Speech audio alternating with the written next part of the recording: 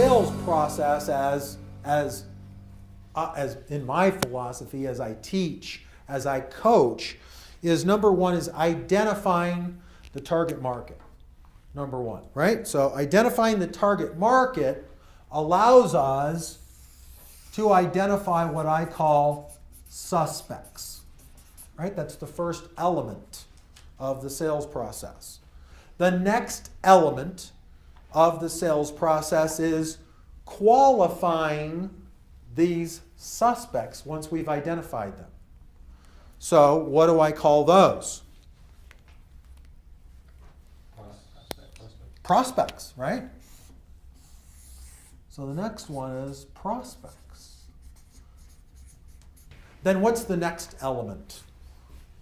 What's the next element of the sales process as we move along? Opportunity. Is the opportunity.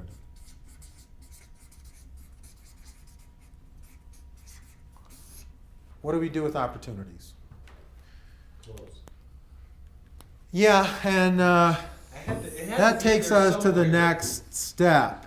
What's the next step after opportunity? You guys are all about this step. What's the next step after opportunity? We have the sale, right? Close the sale. They close the deal, right?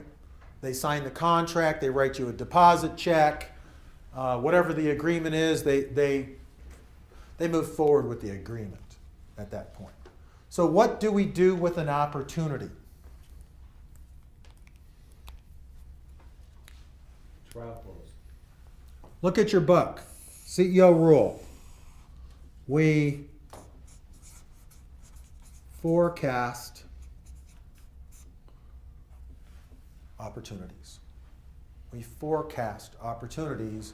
Opportunities project our future revenue. Beyond revenue, what else are we trying to project? Remember in the definition?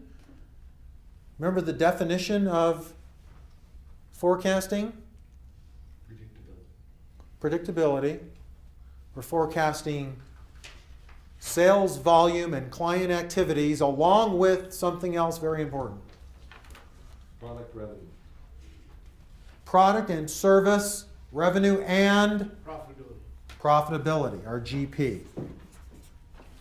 Right? So those are the things we're forecasting as we move opportunities to sales. So Then, my- just to finish, go ahead, My Patrick. clarification on opportunity, then that, you're in that circle when the prospect has seen and agreed to pricing? Not agreed to pricing. You've delivered the pricing. You've put the price. They have the pricing in their hands. They know what it costs. So in terms of a commitment, they know what the cost. So they've got a proposal. They've got a proposal. So And that may include other things. It may be price. It may be Yeah. time commitment. Right. It may be that they understand what the end result is. I mean, they've got all the information that they need to make the decision Yeah. to move forward. Without any of the information to move forward, they're not an opportunity. And then you still put a probability factor on that opportunity? Correct. Okay. So there is a probability factor in the pipeline report. Close, right, okay. Right. And frankly, during that process, I will ask, and it's not unusual to ask the customer, what is the probability that you're going to become a customer? 50-50, 60-40, what is it? And I'll have people say, Mike, 100%, I'm going to do it in 6 months. So what do I forecast that? 50. 50. You know what? It's subjective, right? It's subjective. I was telling Ray when we were having our little discussion over here, if I know that they're going to move forward, I forecast that as a 90%. So I never forecast 100%. And so I have the probability factor and the timeline. The timeline is what gives us the ability to forecast that revenue at a given period of time in our calendar. And so ultimately, that's the sales process. So I just wanted to draw a snapshot of that again. Most of you know this. Most of you have already seen this. and or work with it every day because that's what we do. That's what we do in CEO Club.